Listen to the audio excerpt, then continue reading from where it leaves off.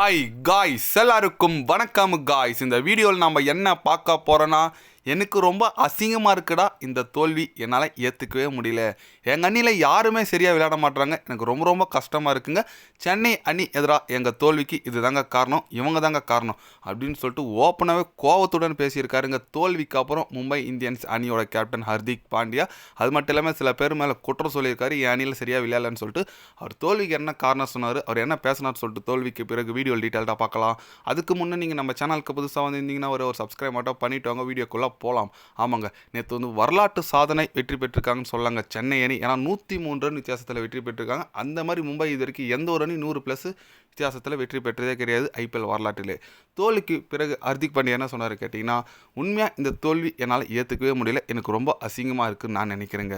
தொடர் தோல்வி எங்களுக்கு கண்டிப்பாக ரொம்ப ஒரு வீக்னஸ் தான் கொடுக்குது. அது மட்டும் இல்லாமல் எங்கள் அணியில் நட்சத்திர வீரர்கள் யாருமே சரியாக விளையாட மாட்டாங்க.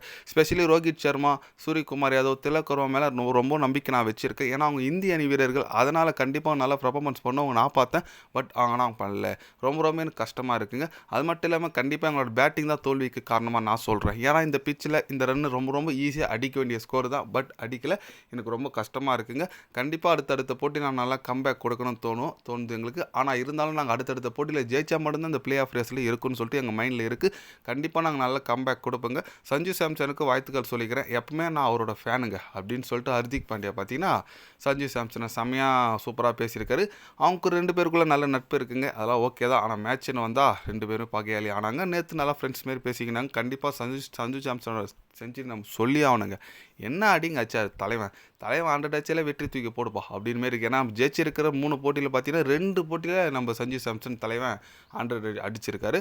அதனால் கண்டிப்பாக நல்லா இருக்குங்க டீம். உண்மையாக சென்னை அணி இப்போ நல்லா டெவலப் ஆகி வந்துட்டு இருக்காங்கன்னு சொல்லாங்க. ஃபர்ஸ்ட் ஆஃப் ஐபிஎல் முடிஞ்சிச்சுன்னு சொல்லலாம். ஏன்னா 7ல் 3 வெற்றி பெற்றிருக்காங்க நம்ம சென்னை அணி. அடுத்து 7ல் குறைஞ்சபட்சம் ஒரு 5 வெற்றி பெற்றால் தான் நம்ம சென்னை அணி பிளே ஆஃப்ஸ் போகிறதுக்கான வாய்ப்புகள் நிறைய இருக்கும். அதனால் பொறுத்து வந்து பார்க்கலாங்க. அடுத்தடுத்த போட்டியில் சென்னை அணி எந்த மாதிரி பெர்ஃபார்மன்ஸ் கொடுக்குறாங்க, என்னென்ன பண்ணுறாங்கன்னு சொல்லிட்டு வெயிட் பண்ணி பார்க்கணுங்க. நீங்கள் சொல்லுங்கள், மும்பை இந்தியன்ஸ் அணியோட தோல்விக்கு அவங்களோட ஒற்றுமை தான் காரணமா அப்படின்னு நீங்கள் நினைக்கிறீங்களா? ஏன்னா நிறைய சோஷியல் மீடியாவில் பார்த்துருப்பீங்க, ஒற்றுமை இல்லைங்க. ஏன்னா ஹர்திக் பாண்டியா சொல்கிறது யாரும் கேட்க மாட்டாங்க, ரோஹித் சர்மா கேட்க மாட்டார், சூரியகுமார் யாருமே கேட்க மாட்டாங்க, எல்லாமே ஒரு பெரிய வீரராக இருக்கிறதுனால அப்படின்னு சொல்லிட்டு நிறைய கான்ட்ரவர்சி வந்துட்டுருந்துச்சு.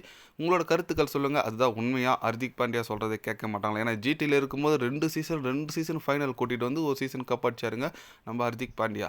அந்த மாதிரி இருக்கும்போது இதில் ஏன் முள் அப்படின்னு சொல்லிட்டு நிறைய கேள்விகள் வருது.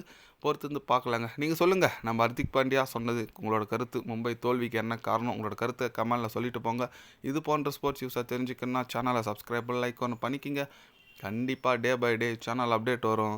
மறக்காமல் சப்ஸ்கிரைப் மட்டும் கொஞ்சம் பண்ணி வச்சுக்கோங்க. நன்றி, வணக்கம்.